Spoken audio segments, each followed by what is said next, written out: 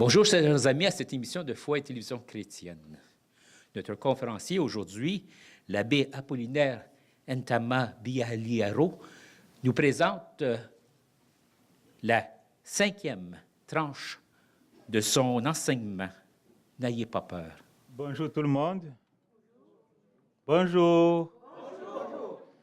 Nous voici encore une fois pour méditer sur la parole de Dieu. Un Dieu qui nous rappelle toujours 365 fois par année de ne pas avoir peur. N'ayez pas peur, cette phrase, comme je l'ai dit dans d'autres émissions, revient 365 fois dans la Bible.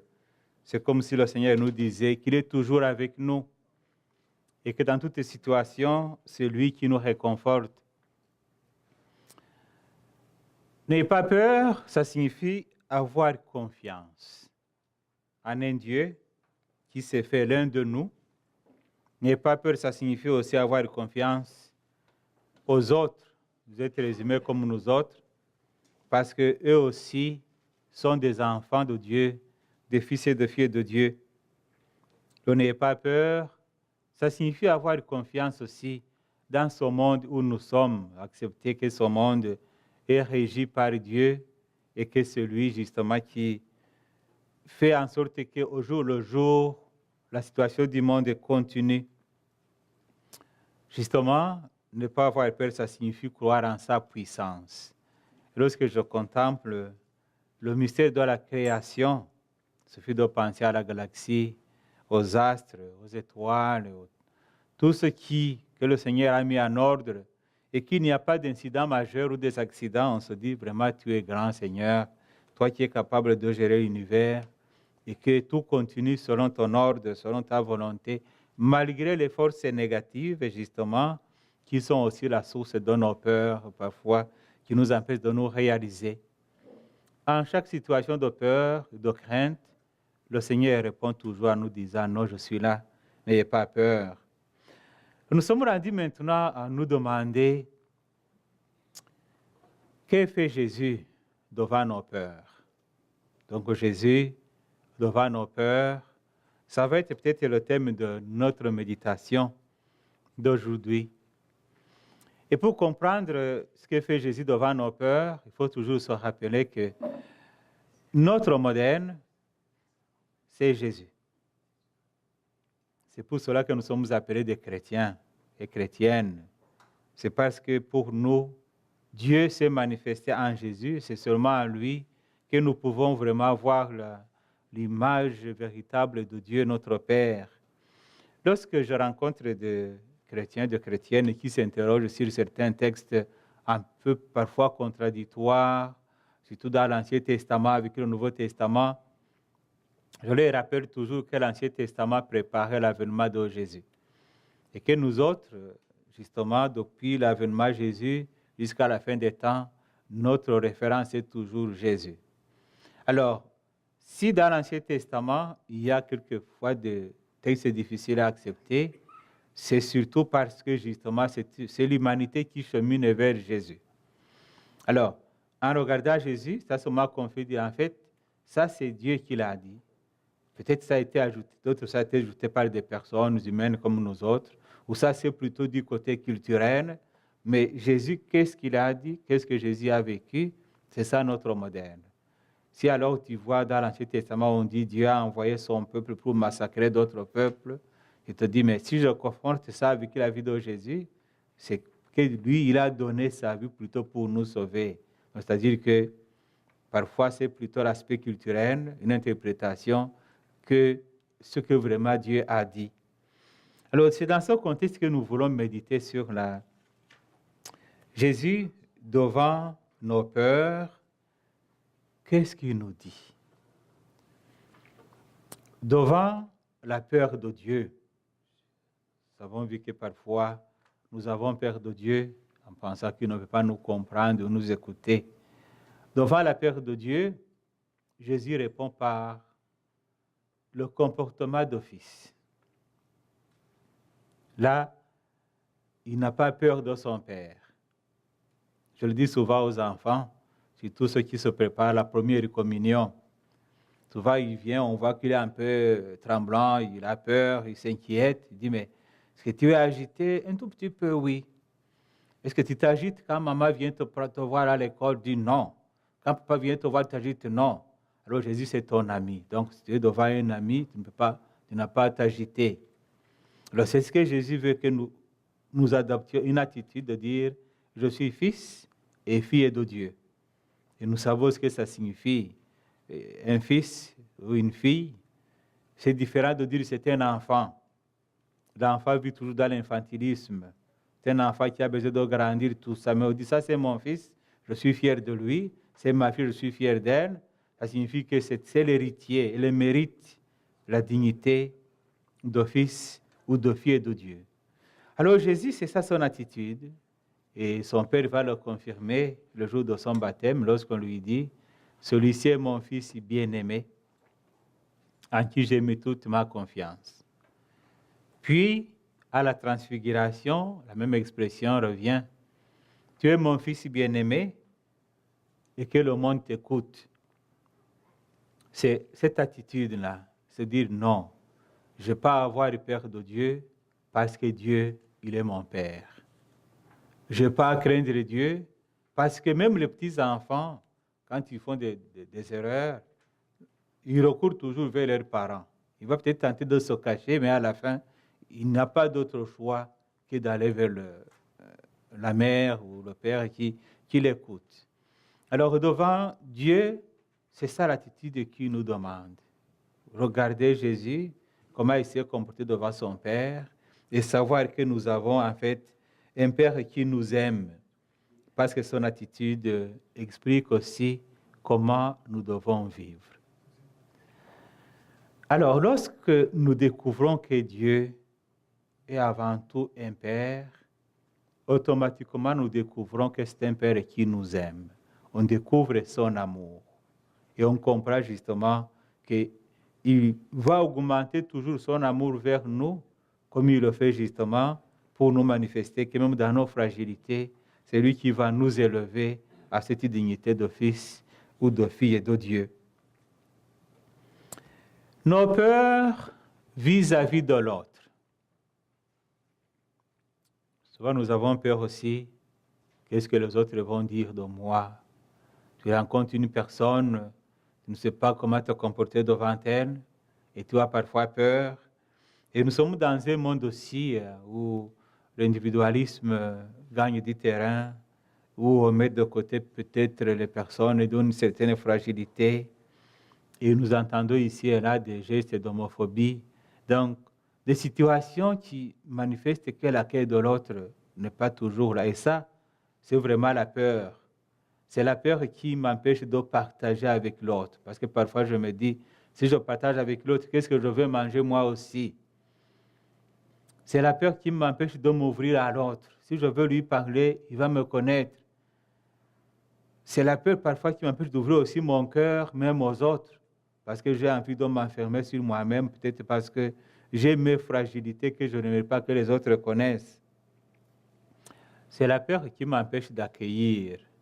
Parce que accueillir surtout les pauvres, c'est toujours nous engager au secours de la personne qui est dans la difficulté matérielle ou la difficulté même spirituelle. Alors, ça fait qu'il faut beaucoup de temps, il faut beaucoup de disponibilité pour vivre avec l'autre, mais il faut aussi beaucoup de patience parce que l'autre est souvent différent de moi. La tendance, c'est de vouloir que les autres deviennent comme moi. Non, Dieu nous a créés tellement différents, mais tellement complémentaires, qu'accueillir l'autre, ça signifie aussi accepter de faire entrer dans ma vie ces différences. Alors souvent, ça nous rend vulnérables. On devient vulnérable à l'autre. Alors la tendance, c'est de dire, ok, maintenant, comme je ne peux pas être vulnérable, je préfère m'enfermer pour que l'autre ne sache pas ce que j'ai. Nous allons voir comment dans nos sociétés, il y a tellement cette indifférence qui est là. Et on peut parfois le remarquer aussi, même dans nos églises. Moi, je vois lorsque nous donnons la paix. C'est comme s'il y a l'autre a des piqûres. C'est comme si je m'approche de lui, il va me piquer de quelque chose. Alors, il y en a qui préfèrent faire comme ça. Il y en a qui préfèrent donner la main, mais il n'y a pas de geste de chaleur qui montre que c'est la paix de Dieu. Mais ça montre que nous manquons la paix nous-mêmes. Je comprends. On a peur des microbes, on a peur des bactéries. De sorte qu'on ne peut pas toucher l'autre. Alors imagine-toi si Dieu te disait, si tu ne veux pas toucher l'autre, moi je ne veux pas que tu me touches. Alors, ça c'est la peur. C'est en fait la peur qui nous empêche d'être libres comme les enfants de Dieu. Alors imaginez-vous que devant l'autre, qu'est-ce que Jésus lui a fait? Il s'est fait l'un de nous. C'est ça l'incarnation. Il a dit, ils sont là, ils sont misérables, ils ont leur tort, ils ont oublié Dieu comme leur Père, mais malgré tout, je les aime, moi j'y vais. Je vais prendre leur corps, je vais prendre leur chair. Comme ça, ils vont découvrir que vraiment je suis l'un parmi eux. Alors, je vais les aider aussi à savoir comment se comporter comme fils ou comme fille de Dieu. Donc, nous sommes les frères et les sœurs de Jésus. Alors, si ce point de comment nous comporter devant les autres, il faut voir que Jésus, lui, il marchait avec tout le monde. Il écoutait tout le monde. Et ceux qui étaient rejetés, ils devenaient les privilégiés de Jésus. Alors là, avoir cette attitude de vaincre la peur, ça nous ouvre à la communauté. Vous allez remarquer que dans nos églises, on n'est pas tellement ouvert à cette situation de communion, de communauté, ce qui fait qu'on ne sait même pas transmettre les valeurs que nous avons. Alors le Seigneur nous demande aujourd'hui, comme il s'ouvre à chaque personne, à chaque cœur, comme il s'ouvre à nos souffrances, à nos misères aussi, il nous invite aussi à nous ouvrir aux autres pour pouvoir marcher ensemble vers ce Dieu qui est tant miséricordieux et qui nous aime. Alors, trouver l'autre, ça t'enlève la peur, mais ça enlève la peur aussi. Et souvent, il suffit d'une parole pour que l'autre s'ouvre à toi. Nous, chrétiens, nous avons cette mission d'affronter l'autre avec une bonne parole, l'autre avec un sourire, l'autre avec une main tendue qui lui montre que vraiment nous avons accueilli Jésus et que Jésus c'est vraiment notre Seigneur. Donc nous sommes invités justement, en regardant Jésus, à voir comment lui, il nous accueille, à accueillir l'autre comme l'image et la ressemblance de Dieu.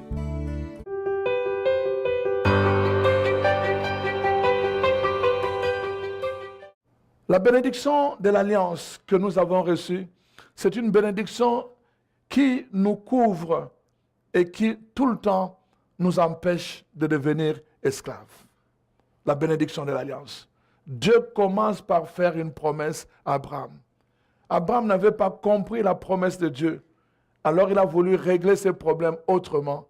Et qu'est-ce qu'il a fait? Il est allé chercher une femme, une servante égyptienne.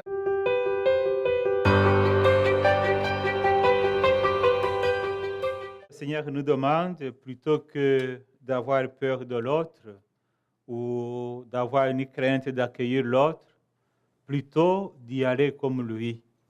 C'est pour cela que l'apôtre Paul, devant les situations parfois de culture contradictoire, il va dire qu'il s'est fait juif parmi les juifs et romain parmi les romains, païen parmi les païens, pour pouvoir gagner tout le monde à Jésus. C'est ça la mission. Et puis Jésus, en fait, il enlève cette peur-là de l'autre. Lorsque nous sommes avec lui, déjà notre attitude transforme l'autre. Alors les ennemis peuvent se parler, peuvent s'échanger, parce que nous portons le Saint-Esprit de Dieu. On n'y va pas par notre force ou notre puissance. Nous y allons parce que nous sommes dans la puissance de l'Esprit Saint. Et déjà par notre passage, on peut briser toutes les barrières. Jésus n'a pas eu peur d'aller en Samarie. C'était des ennemis jurés avec les Juifs. Mais là, il y allait et par son passage même, il réussit mal à les convertir. Il y a l'autre peur qui nous hante et que Jésus veut aussi guérir, c'est la peur du monde. La peur du monde. Le monde, d'après l'apôtre Jean, il y a comme 3 dimensions du monde. Il y a le monde tel que créé par Dieu, donc qui n'a rien de mal, parce que lorsque Dieu a créé, tout était bon. Et ce monde, c'est là où nous naissons, c'est là où nous sommes. Mais il y a le monde aussi comme le rejet de Dieu. Ça, c'est le monde, justement, quand le péché est entré dans l'histoire. Le monde semble comme agressif devant Dieu. Et dans l'évangile de Jean, il va dire, si le monde arrive à vous haïr, c'est parce qu'il m'a haï le premier. C'est comme si on disait, si une personne arrive à haïr l'autre, c'est parce qu'au fond, il a haï Dieu avant de haïr l'autre personne. La 3e dimension du monde, c'est le monde comme objet de la miséricorde de Dieu. Alors, dans notre vie, nous marchons dans toutes ces 3 dimensions du monde. Il y a le monde comme créé par Dieu, là où tout est bon, mais il y a le monde qui peut être aussi agressif, même envers nous autres. Il suffit de penser aux tremblements de terre, aux tsunamis, aux déluges, aux situations où on voit que le monde devient plutôt, nous fait peur, ou devient comme agressif envers la personne humaine. Là, on se dirait, mais comment est-ce que Jésus, lui, s'est comporté devant le mystère du monde? Devant le mystère du monde, Jésus n'est pas là pour expliquer. Non, il est là pour sauver le monde. Alors, il nous donne comme cette mission-là, de l'aider à sauver le monde. Il est là pour chasser le démon dans ce monde. Et vous vous rendez compte que lorsque Jésus est entré dans l'histoire, la première personne qui a découvert que Jésus était fils de Dieu, c'est bel et bien le diable. Avant que les humains ne sachent qui est cet enfant qui est né, qui est cette personne qui parle de Dieu, le diable, lui, il le savait. Et puis il va crier, nous savons qui tu es venu pour nous perdre. C'est ça, la présence de Dieu chasse le démon. Et là, avec cette puissance, il nous l'a donné aussi. Le jour de notre baptême, nous sommes entrés dans cette force de Dieu. Notre confirmation n'est venue que pour nous donner la présence du Saint-Esprit. Alors, dans l'Esprit, nous aussi, nous devrions être capables, dans l'Esprit bien sûr, de ramener la communion, l'ordre dans le monde, de sorte que le diable soit chassé. Donc, diable, diabolos, comme diviseur. Alors, si le diviseur est chassé, il y a la paix. Ce n'est pas pour rien que ces jours-ci, on parle beaucoup d'écologie. Même du point de vue chrétien, ça nous regarde.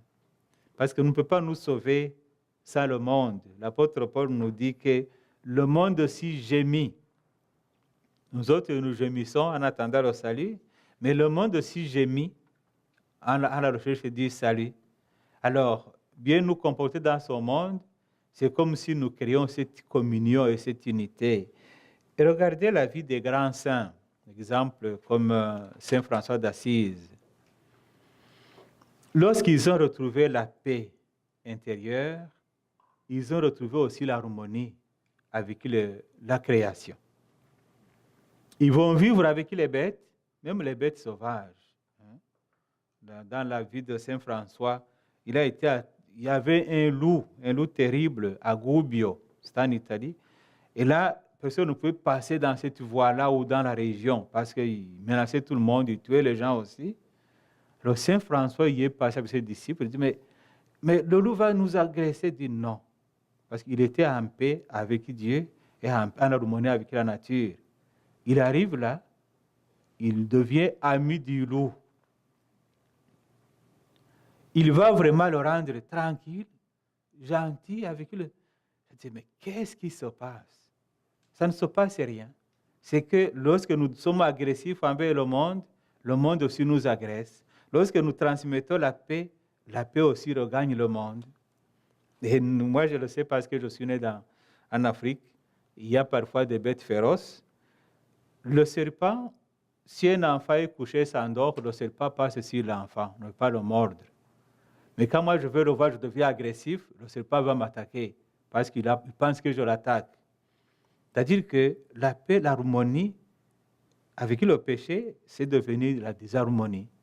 Mais lorsque j'ai la paix en moi et la paix avec Dieu, je désarme tout ce qui peut m'empêcher d'être en harmonie avec le monde. Alors ça nous amène peut-être parfois à nous questionner. Avons-nous un rôle à jouer pour l'harmonie du monde? Oui, nous le savons. Lorsqu'on parle maintenant de réchauffement climatique, c'est dans ce contexte-là. Lorsque nous agressons le monde, nous détruisons l'ordre créé par Dieu, et justement, ça crée de désordre. Alors, Jésus, avec le monde, il était en harmonie avec le monde. J'aime voir Jésus lorsqu'il faisait ses enseignements. Il n'a pas besoin d'une église. Non, on nous dit qu'il montait sur une montagne, il s'est assis, tout le monde s'approche. Il va monter dans la montagne pour prier. Il va à côté d'un arbre pour faire sa prière. Donc, avec le monde, il est vraiment en harmonie. Et lorsque le monde s'agite, vous voyez la mer, les océans agités, Jésus il dit, tais-toi et sois calme. Et la mer se calme. C'est-à-dire que Jésus, il amène l'ordre et l'harmonie dans le monde et il ne craint pas justement qu'il y ait des forces négatives, mais il sait comment les gérer parce qu'il est en harmonie avec Dieu, son Père. Peut-être notre harmonie avec Dieu, notre Père, lorsque ça manque, ça produit justement que nous emportons aussi le désordre dans le monde. L'autre peur, où nous voulons aussi savoir ce que Jésus pense sur cette dimension, c'est la peur de la souffrance et de la maladie. La souffrance et la maladie. Nous tous, nous avons peur de tomber malade, même si nous portons toujours des maladies. Mais lorsque moi-même je me rends à l'hôpital et que je vois tant de souffrance, tu vas dans des maisons comme l'hôpital La Bruyère ici, et puis tu trouves des personnes qui font des soins palliatifs. Parfois au début, tu ne sais pas quoi dire. Mais tu t'approches de la personne, c'est parfois la personne qui te permet d'entrer en contact ou en communion avec elle. Parce qu'elle va te dire, moi, on m'a donné seulement 3 semaines de vie. OK. Là, tu commences à dire, mon Dieu, ça peut m'atteindre moi aussi. Alors la peur commence. Parce que tu vois tout ce qu'il traverse, ces souffrances-là. Alors tu te dis parfois, mais pourquoi? Quand vous allez visiter les hôpitaux pour les enfants, tu te dis, mais cet enfant qui est né avec telle maladie, mais qu'est-ce qu'elle a fait de mal? Alors, les mêmes demandes, les apôtres les avaient aussi. Les apôtres les avaient envers Jésus. Parfois, ils se demandaient, mais qui a péché? Est-ce que c'est lui ou ses parents? Vous voyez l'évangile de Jean, chapitre 9, le premier verset. Jésus qui se trouve devant l'aveugle. Et puis ses disciples regardent l'aveugle né. Il est né aveugle. Il dit, mais qui a péché? Est-ce que c'est lui ou ses parents ou ses arrière-grands-parents? Parce que dans la tradition juive, ils croyaient que naître avec une infirmité, c'est une malédiction. Naître avec une infirmité, c'était comme la conséquence du péché. Mais on n'est pas loin de là, parce qu'aujourd'hui, il y a des situations ou des hôpitaux où, si on découvre que l'enfant va naître avec une certaine infirmité ou une certaine maladie, qu'est-ce qu'on fait? Les parents vont dire, là, on ne le veut pas, il faut l'avorter. Ils ne diront pas que c'est une malédiction, mais ils ne veulent pas accepter cet enfant qui est infirme. Alors Jésus, devant la souffrance, la maladie, il ne donne pas d'explication. Non, Jésus se met à l'œuvre. Parce que si nous cherchons l'explication de la souffrance, de la maladie, on n'aura jamais. La souffrance est là et ça fait partie de notre parcours. Mais comment nous comporter devant elle? Et c'est ça ce que nous devons apprendre de Jésus. Jésus n'a pas eu peur de la souffrance, il l'a affronté. Alors il passait des jours et des nuits, on dit en fait des miracles, à guérir les malades, parce qu'il voulait vraiment que la souffrance du monde, parce qu'il savait d'où ça vient. Ça ne vient pas de Dieu la souffrance. Il est venu pour combattre le diable et tout ce qu'il apporte de souffrance, et c'est pour cela qu'il s'attaque à la souffrance plutôt que de donner l'explication. À la fin, Jésus non seulement ne s'attaque pas à la souffrance, mais aussi il va affronter la mort. Nous avons tellement peur de mourir, et c'est la peur la plus terrible. Et Jésus, qu'est-ce qu'il fait? Lui, il va l'affronter. Oui, dans l'Évangile, lorsqu'il monte vers Jérusalem, ça commence toujours par dire, Jésus, sachant qu'il va vers sa mort, il prend la décision d'aller à Jérusalem. Prendre la décision. Non, c'est volontairement qu'il affronte la mort. Affronter la souffrance et la mort, s'entrer dans ce dynamisme-là. Il y a quelqu'un qui me disait que pour vaincre le diable, il faut l'attaquer sur son terrain. Autrement, si tu vas fuir le diable et que celui t'attaque sur ton terrain, il va te vaincre. Alors, en regardant Jésus qui affronte toutes nos peurs, la peur de Dieu, la peur de l'autre, la peur du monde, la peur de la souffrance et même de la mort, celle de la confiance en Dieu. Avoir confiance en Dieu, ça nous permet de dire, partout où je suis avec quelqu'un qui va me protéger.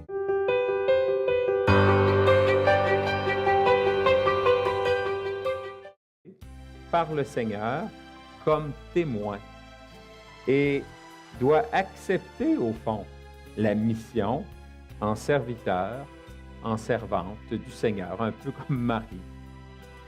Dieu est celui qui, au fond de nous-mêmes, nous dit « Tu vaux plus que ce que tu crois être. Tu peux faire plus que ta faiblesse. Tu peux t'ouvrir aux autres plus que tu penses.